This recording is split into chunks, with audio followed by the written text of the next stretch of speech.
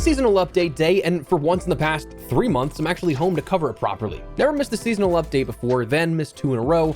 We just ripped the band-aid off there with that one, but Season 3 Reloaded is here, and with it comes a host of content: 3 maps, 1 weapon, 1 special attachment, 1 perk, 1 zombies field upgrade soon, Warzone ranked play, Warzone map changes, weapon balancing for all modes, new events, and more. This is Season 3 Reloaded and everything it changed. So we didn't cover the content ahead of time like we normally would. COD decided to throw a curveball into the mix and not reveal the seasonal update until Tuesday, at which point we had the Arc Raiders reveal video going up that we just kind of let that ride. So it'd be doing you a disservice to not at least mention the content on top of the changes, but still most of this video will be change related. For content, multiplayer, you have the maps of Haven, Signal, and Blazetown. Haven is a new core 6v6 map set in a KGB safe house. The layout looks to provide a bit more of close range engagements and medium range engagements for those wanting them. Snipers might not have the best time here. Signal is a strike map meant for both 2v2 and gunfight and 6v6 and face-off, with a more linear layout to it, but it does have that symmetrical side corridor. And you can also swim underneath it from side to side, which will make for some interesting gunfights all around. Blazetown comes in as a thematic variation of Nuketown, probably the first of a few if this last year with shipment was any indication, but this is your maps. Weapons and attachments, the Ladra is the new SMG returning, that being the Spectre from Black Ops 1 back to more modern audiences. Probably a first for a lot of players, I'd imagine, as outside of Black Ops 1, it was never reintroduced in any other COD game since then, which is kind of cool to consider. And then you have the 7.62 explosive rounds for the Goblin Mark II, which will be a full auto explosive firing weapon. Again, I always kind of liken this to the S6 Stingray from Black Ops 4, but those are coming as well. Perks, you're going to have a new one coming soon with the event streams here. This perk is going to be Vendetta, a perk 2 slot that's a recon perk, but it will allow players to mark your killer's last known position for a short duration on respawn, granting you a bonus for eliminating that player as well. That's your multiplayer content. Let's talk about the multiplayer changes. Globally, movement was adjusted where there was an issue where slide to prone was not properly working with the hybrid and tap to slide settings. This has now been adjusted. Weapon balancing, there was a decent bit here, though not as much as what we'll talk about in Warzone in a little bit. But as always, to save the monotony of reading off every single change, we'll talk more about the general sense of the weapon changes, buffs, nerfs, what they did in a more general perspective, but the provided specific details will also be found on screen for you. Rifles, the Goblin had an increase to the multipliers of the neck, upper torso, and upper arm, targeting a 3-shot kill potential to really hit that hard, giving it a bit more lethality. The Kilo had a minor max damage range reduction, but that's about it. And the CR56 AMAX lowered the damage in the medium range category, this requiring 1 more headshot for the kill at that point to have the same TTK as pre-patch. But again, only for that medium range category. SMGs, you had the C9, the damage range was increased while also reducing the recoil penalty on the 10mm 30-round mag, and they mentioned this was an intention to make it a more viable mid-range option. The SOG saw an improvement to the drop and quick drop times, a minor buff bringing it in line with other SMGs. The shotgun of the ASG-89, its rapid-fire attachment, had an improvement to mitigate an unintended error that came up in the Season 3 update. So kind of not reverting, but adjusting so it's not problematic based off a Season 3 update. LMGs, so this change basically was across the board in varying degrees, but all LMGs had adjustments to their pre-fire delays via fast mag options. Pre-fire delays, for those that don't know, is the kind of open bolt delay that when you pull the trigger, there will be for Black Ops 6 weapons anywhere from a 20 to 33 millisecond delay, depending on the LMG you have equipped. These will now be shorter when attaching Fast Mag 1 and Fast Mag 2 attachments, depending again on the LMG that you are using, but all of these equating to a buff. The GPM G7 also got a headshot multiplier at base and the CHF barrel increase, a buff to that to go a little further. Marksman rifles, your SWAT 5.56, the Growl conversion kit had its damage at max range decreased slightly, requiring 1 additional headshot to have the same TTK as pre-patch that it does now. The Sarkov saw a slight buff on the rapid-fire attachment, and the TR2 saw an adjustment to improve the view kick strength significantly.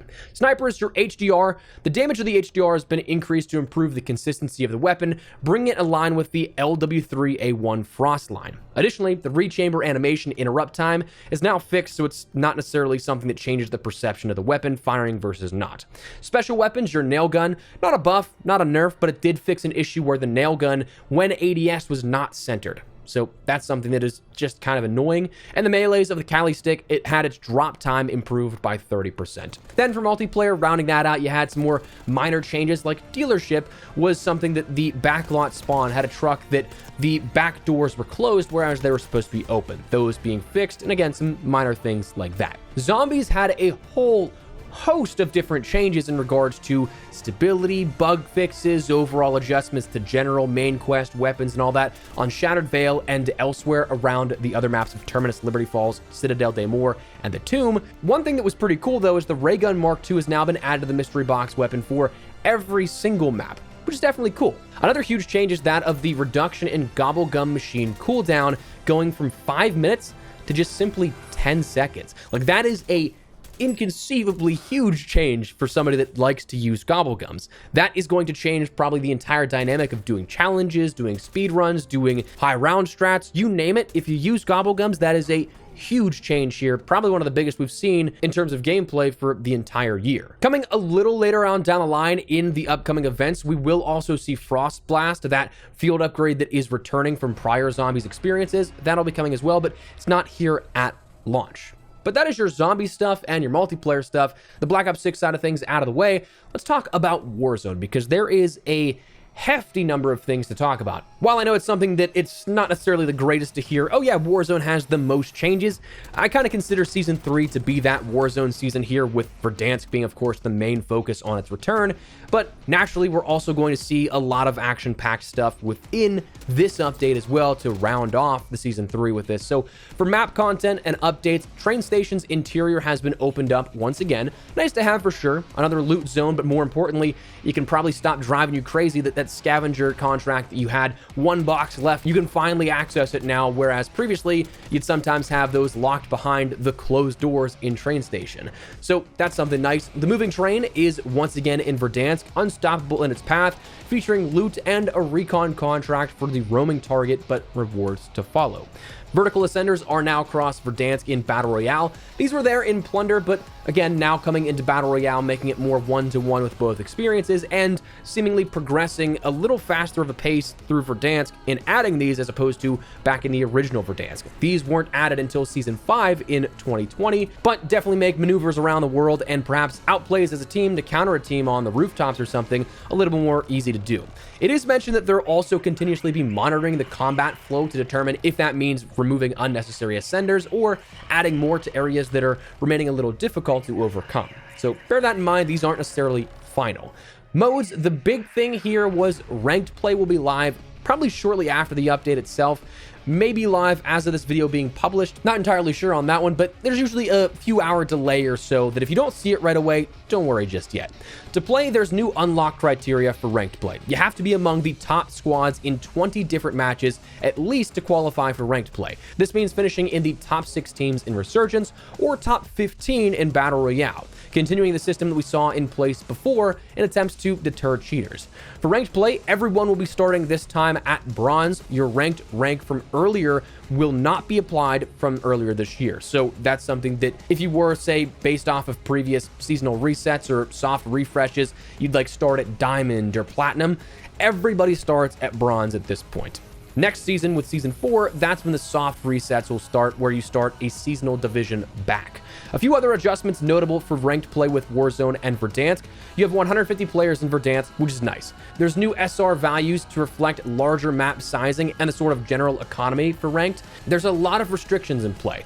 All Modern Warfare weapons and the Black Ops 6 blade launcher restricted. All thermal optics, drill charge, high explosive, and standard underbarrel launchers restricted. The CHF barrel restricted. Rapid fire, Dragon's Breath, and the 7.62 mini rocket conversion fire mods, you guessed it, restricted. The perks of Bird's Eye and Specialist, Bandolier Wildcard, ammo satchels, the cargo truck, big game bounty, shooting during free fall, the train recon contract, prox chat, text the chat, emotes, high value loot zones, gulag rocks, and live pings, all restricted. One of the more interesting ones, maybe the most interesting for a lot of players, is that one-shot headshots are not going to be a thing from sniper rifles in ranked play. They'll still be there in regular public match play and casual play, but not in ranked play. So giving you the opportunity to, if you get domed from across the map, you're not in a terribly bad position at that point, but enough to do damage and make a push on a player if they are close enough. As for game changes beyond ranked play and stuff like that, talking about things overall, loot, there are changes to the ground loot being updated with Season 3 Reloaded, and high-value loot zones are now in play, with 3 designated POIs each season with increased loot density. With this update, it's going to include train station, superstore, and military base, all marked with a distinct color on the POI name upon infill. Movement, you're going to see changes to the movement speed while plating. This has been standardized, as mentioned. Whether using normal animation or a one-handed animation granted by Quick Fix, your movement speed will now align with the weapon you have equipped when you began plating. So this is a change where previously you could be faster or slower than the weapon you had in hand, but now it's standardized to the weapon that you have. So if you have a melee weapon, you'll be faster moving while plating than if you had an LMG out while plating. Just offering a bit more sort of uniform nature to whatever you have on person, making it a bit more fluid and, I guess, natural to the player. Your user interface has been adjusted where there's a couple of changes. There's now a loadout marker icon in your squad widget when you and your squad have enough to purchase a loadout, which is a cool change, just giving you that visual notification of, hey, we can buy now. There's a new setting that will allow damage to close the buy station menu. It's off by default, but it might be something that could be useful. I personally don't think so. I'm not going to put it on, but maybe you disagree. Kill feed duration settings are now going to be a thing where, just like Black Ops 6 doing this recently, it'll allow players to customize that kill feed length. There's also going to be an attachment filter for Modern Warfare weapons in Warzone, and the Death Recap widget added in Season 3 is being updated to include more things like the affected by heartbeat, affected by body shield on teammate, affected by resurgence mark, affected by prox alarm, and affected by most wanted target. Operators, you're going to see a couple of things here. You have the opportunity to favorite operators now again. This is something that is going to have a cap in place, so you can't just go favoriting everything. You're just going to have a few that you can end up favoriting. But then you can also select to go in with random operators and or random skin selection on said operators. Those are now all again there for you. Perk adjustments, we saw low profile have a prone and crouch movement speed increased by 10%. Bomb squad had its damage reductions increased by 10%. Survivor had a health regen delay increase from 3 seconds to 4 seconds. So the first nerf of this list here, to balance out the perk a bit, they said. Reactive armor, the armor regen speed is increased by 50%, which is a solid buff here. Might actually make that kind of worth running if you hadn't done it already. And the tracker has had its outlines refined with thinner lines for better visual clarity. That neither really a nerf nor a buff, just kind of fixing the existing effects. Equipment, we saw a bunch of different changes here at this. The drill charge saw a buff for the range and damage radiuses. The C4 saw a buff with explosive and damage radiuses increased, while also increasing the speed that you can throw and detonate after throwing the C4. So C4 might be back on the menu here at this. The spring mine, there's a slight reduction to that damage. The blast trap had a delay that was increased, so a slight nerf there. The stim shot saw a speed increase bonus cut in half. So a nerf there, and the experimental gas will no longer deal ticking damage, which is a nerf, but nice, I think, going up against that. There was a change with contracts that is super interesting, I think. Supply runs, this one, squad mates who are dead at the time of completion will now still receive the fire sale reward at that buy station when brought back. So that could be something that is actually kind of game changing. If a player's dead, teammate completes a supply run, they bring a player back, but maybe you have another teammate or two dead that, depending on if you're playing trios or squads, you can end up still just kind of chaining those redeploys back together. So that'll be interesting to see how that affects the late game sort of regain tactics, but a change made no less. Now let's talk about weapon tuning. Same as before, general discussion, specifics on screen. We got a lot of weapons to go through, so let's start with the assault rifles. The AK-74, generally speaking, it got a nerf. It looks like a lot on paper, touching everything from headshot multipliers to mobility attributes, but we'll have to see if it's enough in practice to actually knock it out of the meta. The CR-56 AMAX saw slight buffs to the reload speed and an increase of 5 rounds to the flip mag, now being 30 total. And the Kilo 141 saw reload speed increase. The Ball 27 from Modern Warfare 3 saw a slight increase to the max damage and a decrease to the minimum and medium damage ranges. The Holger 556 saw an increase to the damage profiles, but decreases to the ranges while also adjusting buffs to the bullet velo, sprint to fire speed, and visual recoil by decreasing that but then also lowering the headshot and torso multipliers. The M4 from Modern Warfare 2 saw a buff all around to damages and ranges, but the bullet velocity and visual recoils also got a buff while reducing the torso multiplier. And finally, the TAC-56 for the rifles from Modern Warfare 2 saw damage range and damage buffs all around while increasing the bullet velocity and having a reduction to the visual recoil, all buffs and good changes there. SMGs, your C9 saw a minor buff to the 10mm 30-round mag, decreasing that recoil penalty for vertical recoil. The SOG, that drop time from Black Ops 6 multiplayer, is carrying over those improvements.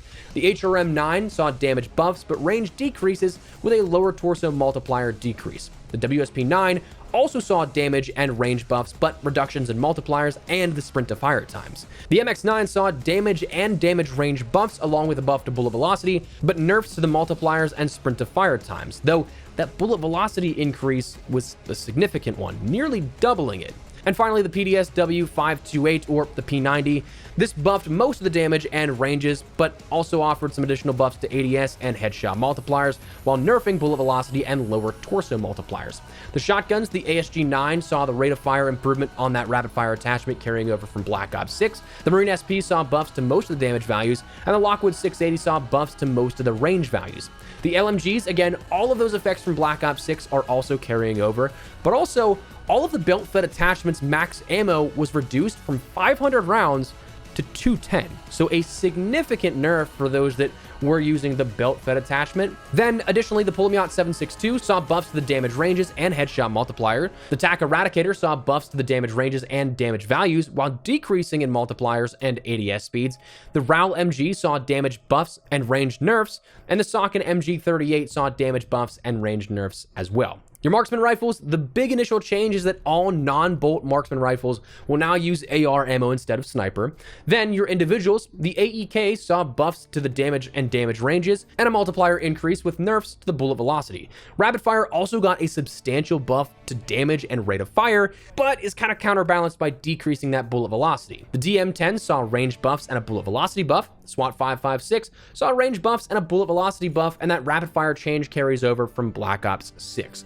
The TR2, the damage now equals 59 at both range profiles, so making this something that over a further distance they're decreasing, but they're increasing that close and medium range play a bit. It also saw increases to the bullet velocity, multipliers, and inflicted flinch. So outside of long range, on paper it got a pretty solid buff. And the Sarkov got a damage and range increase. Snipers, your HDR, the ADS speed was slowed, but again, that one-shot potential still persists, just not in ranked play. And the FGX Imperium saw range and damage buffs, but the ADS speed was improved.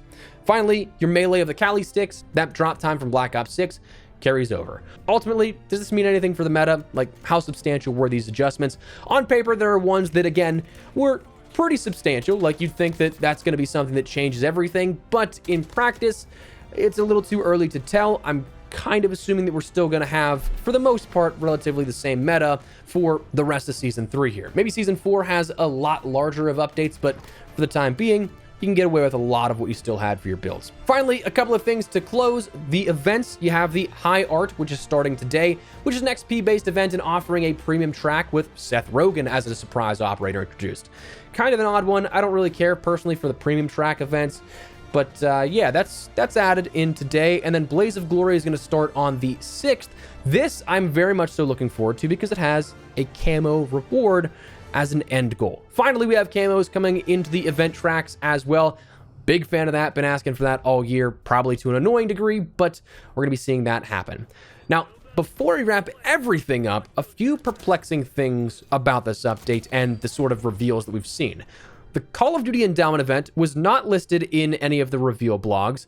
In fact, nothing was listed past the 15th, though the season doesn't end at that point. So what could be there at the sort of tail end of the season that we have a surprise update of sorts? We'll have to wait and see. And then blueprint mixing, still not there. Still was not mentioned, still not something that has been brought into the equation. That's a weird one, because they said it was going to be there at Season 3's launch, then pushed to later in Season 3, and, well, now when's that? But anyways, that is Season 3 Reloaded and the update, everything that changed, everything it brought along. That's where we're going to wrap it up. So let me know your thoughts down below. What are you guys liking so far out of the update with Season 3 Reloaded? Probably broke something, as all COD updates do. Now that I'm actually back home for one of these, I'm probably going to be able to experience it firsthand, whereas the last two was traveling and hundreds of miles away from my setup, so didn't really bother me the day of, but I'm probably going through it in the trenches with you guys today. But anyways, that's going to wrap it up. Let me know your thoughts. Drop a like if you guys enjoyed the video. Make sure you subscribe for more Black Ops 6 and other FPS coverage. But for now, thanks so much for watching. Mine's been Espresso. I'll see you later. Take care and peace.